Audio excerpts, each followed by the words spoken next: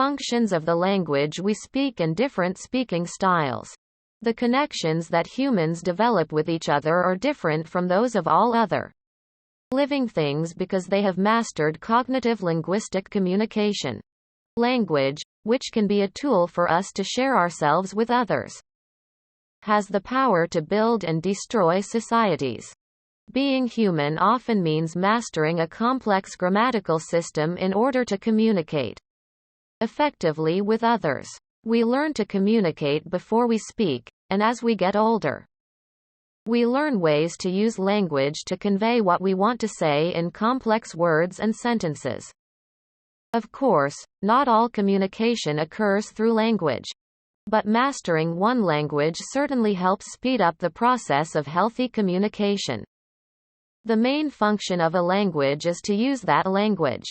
It gives us the ability to communicate thoughts, ideas, and feelings to others as quickly as possible. We can understand language better by looking at its other basic functions. 1. Notification function. The informative function of language occurs when we use language to convey any information. The essence of this job is to inform others by clarifying facts. 2. Great job. Another fundamental function of language is the function of expression.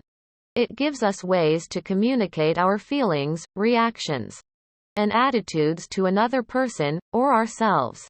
3. Help function. The guiding function of language is to help us direct or command. For example, it provides the ability to tell ourselves or someone else what to do in any given situation. Using the language we speak in a way that allows the audience to fully understand our thoughts. To be economical when choosing our words, that is, to speak without ignoring the level of consciousness of those who listen to us. Choosing a narrative based on compassion away from hateful words. Speaking without engaging in power games to manipulate listeners are the building blocks for using language effectively. There are many different methods in which we can convey what we want to convey when speaking. While some of these styles are unique to our personality and different from what we usually talk about, we can adapt certain styles for ourselves depending on the situation. Direct and indirect patterns. Direct transmission is a way of using language to tell someone exactly what you want to say. Indirect transmission uses words or types of communication that have an indirect meaning to show that we feel a certain way.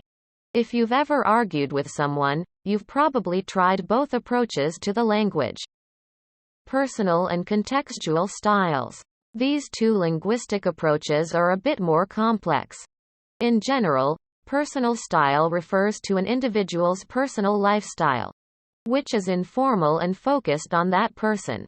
Contextual patterns mean language changes depending on the context of the situation. For example, a professor might use a contextual style when lecturing his students, while he might use a personal style when talking to friends and colleagues. Ineffective use of the language we speak can be a problem for all of us. That's why it's important to pay attention to how we use language in any given situation. Use the appropriate language. Using appropriate language doesn't just mean avoiding foul language. There may be times when that's really appropriate. Using language that is appropriate for the audience means using language that they can understand, relate to, and interact with. Use lively language. Using lively language can mean using more imagination and adjectives to describe something as clearly as possible. Use inclusive language. Inclusive language means using language that does not exclude anyone. For example, it can be spoken to include people who do not identify with a particular group. It is also racist, gendered, hateful, arrogant, prejudiced, etc. It also means avoiding languages. Some thinkers have criticized the use of language in styles, contexts, and inclusivity because they argue that communicating in this way means falling into the trap of so-called political correctness. Political correctness is a term used to describe expressions, ideas, and practices that are used with care so as not to harm people of different languages, religions, cultures, and races, a pit we all fall into today. In general, honesty leads us to accuse people of being insensitive on the one hand, and to adopt an approach that criticizes and belittles them for being overly sensitive. On the other, anyone can see for himself the right to impose his moral truth on another. If people reaching the masses do not use such language, they can often become victims of a lynching culture. From another point of view, although honesty has faced strong opposition on the grounds that it is against free speech, it also plays an important role in reviewing the discourses of societies that promote discrimination. As in every other issue, the concepts of balance, compassion, and respect can be the builder of the solution. The levels of consciousness are just to save the day, live without thinking, obey without questioning, discriminate, overcome, defeat, oppress, etc. As we live a life stuck in stereotypes, we add content to all the concepts we get through these verbs. However, being able to use language effectively for speaking is also an excellent tool for learning about deep and invisible connections. There is a wisdom of its own that can only be shared with those who have learned to listen to what is being said. Concepts often lose their true meaning and get their share of polarization.